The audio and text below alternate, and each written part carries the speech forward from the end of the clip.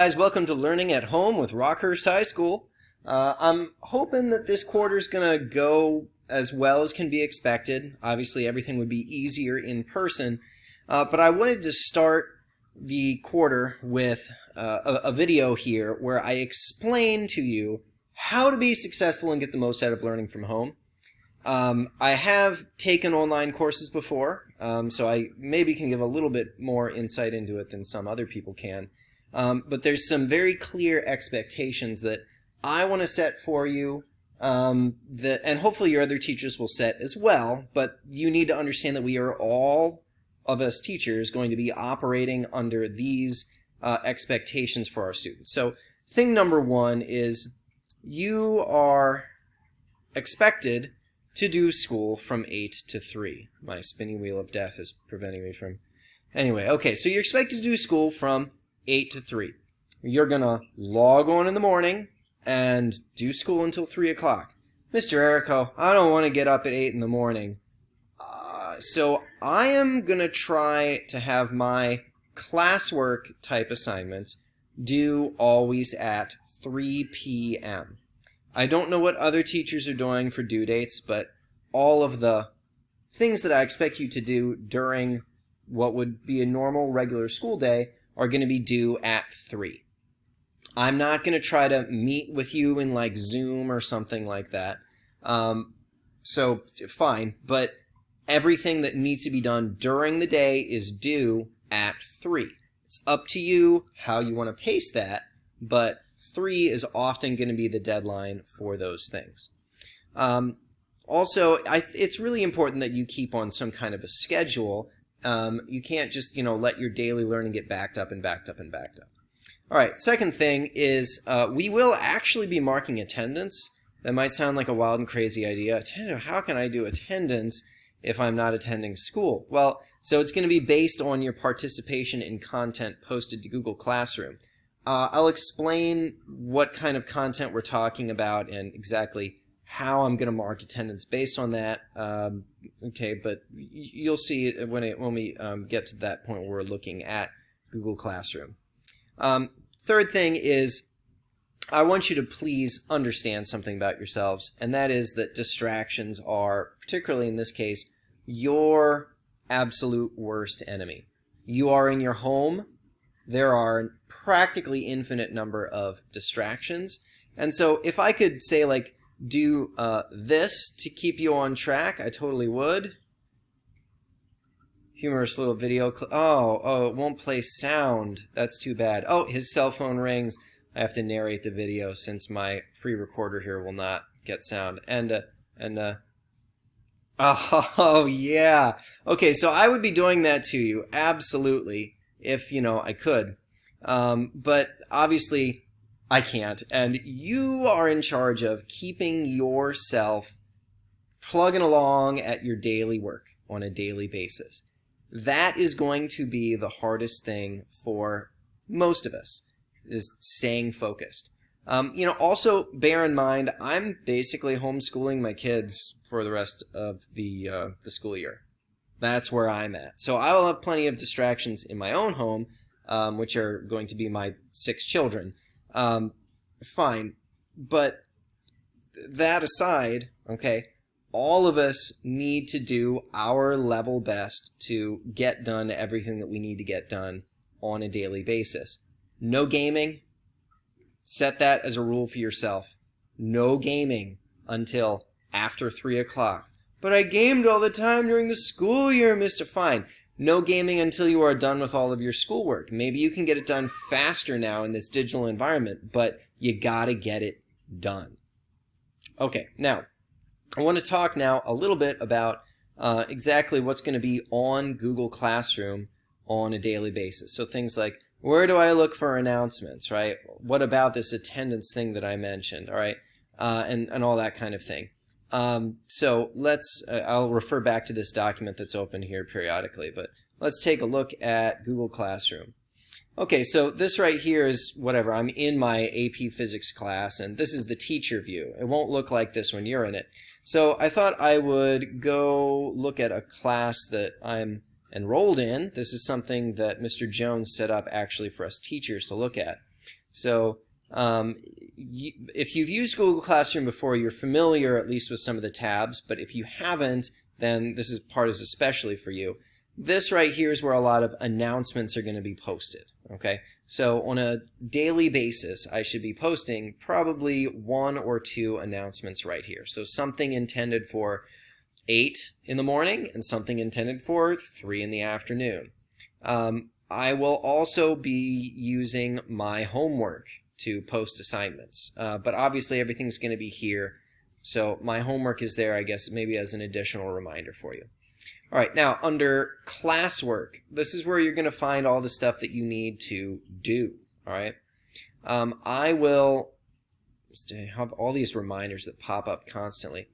Here you will have a list of assignments that are things that you are supposed to do. All right, and so let's say I go to this one, which is for me anyway. It was set up my online classes. All right, I clicked on it. It opened up. Now I can go to View Assignment, and here's a video which is attached to it. You know me, I will be posting a lot of videos, okay? Now, over here is a place where you can submit work. So for this particular, quote, assignment, all I was supposed to do was watch the video, and let me click Unsubmit so you can see what it looks like. If there's nothing to do with it at all, then I could just click Mark as Done. So if it's literally just, I want you to watch a video. All right, you watched it, great, hit Mark as Done, and then you can say, I checked that off my list. Now, a lot of the videos are going to have a question posted at the end of it, okay? So I'll show you what that looks like in a little bit. And so always answering the question is going to be part of it. If, on the other hand, you need to submit work, that can be done right here where it says Add or Create. All right, let me go back a step here. I don't know how to go back just one step. Okay, so yeah, for this one right here, no, this one has a question though. Okay, so this particular assignment has a question that I already submitted an answer for. But that can happen over here where you type out the answer to something. So what I will most typically be using that for is, let's say for honors physics or something like that, right? I will give you an assignment to watch a video, okay, and then I'll have whatever, 1, 2 videos in the assignment. And then I will post a question. Usually it's going to be, tell me about some part of it that didn't make sense. Okay, but I may also post a quiz related to the video. Now, don't panic. I'll explain more about exactly what I'm going to do with the quizzes, which are more like just reading comprehension. I just want to check, did you understand what you just watched? Okay,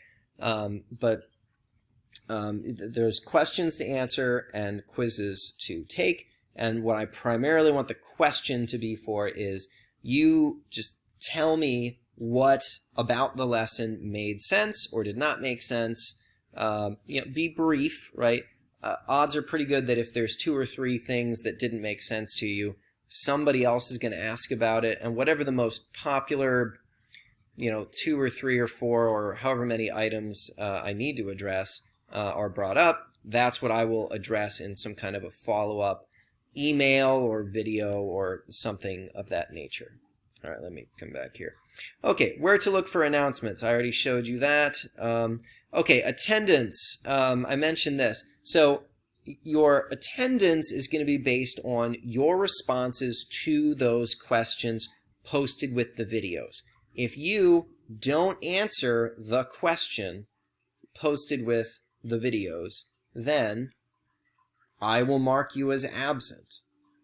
Now, it may seem silly to mark you absent if you watch them, but I don't know that you watched them unless you say, I watched them because here's my answer to this comprehension question.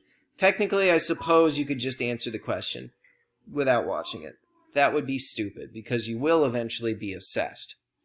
I'll talk about, that in a little bit for assignments and such. Okay, so I think hopefully you all know where to look for announcements and assignments, right? Assignments, that's the classwork tab.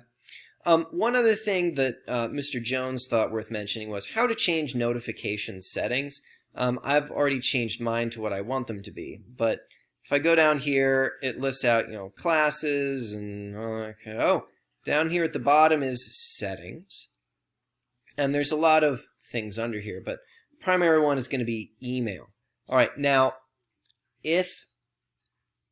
let's talk about the default. The default is you get emailed about everything that happens on Google Classroom. That's too many emails. That's just too much, absolutely too much.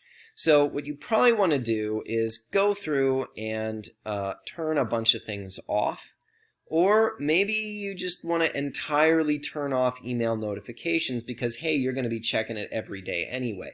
Personally, that's what I kind of want to do.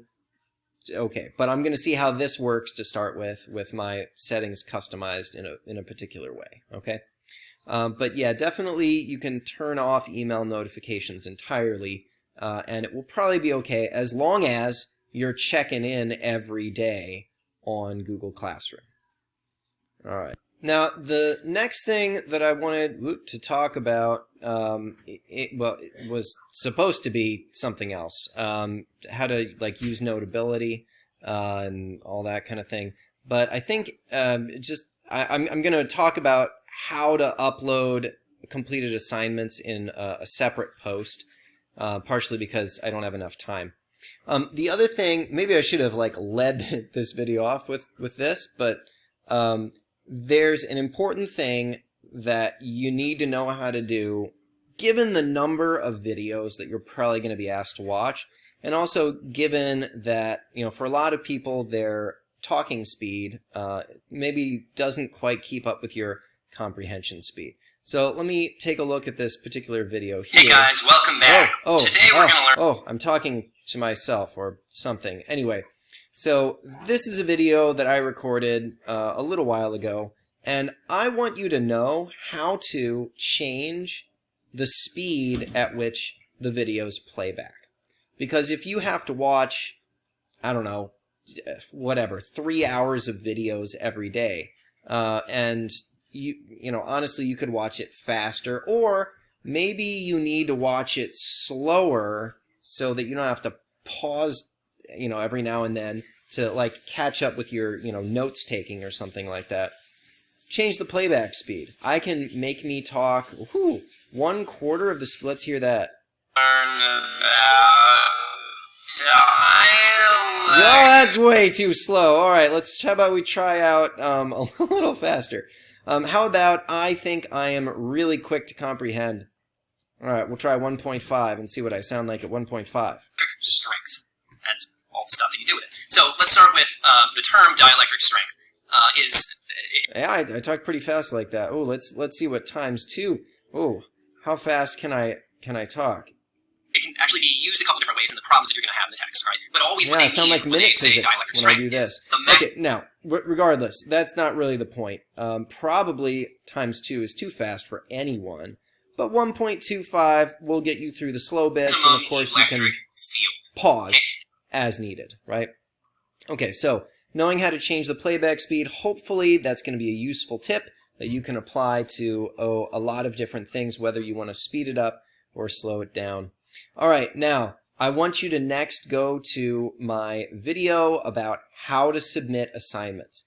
If you are thinking to yourself, I know how to submit an assignment, I go to the submit assignment thing and I click at, please, I want you to do it in a particular format, and if you don't do that format, I am going to take off points. So make sure you watch that next video.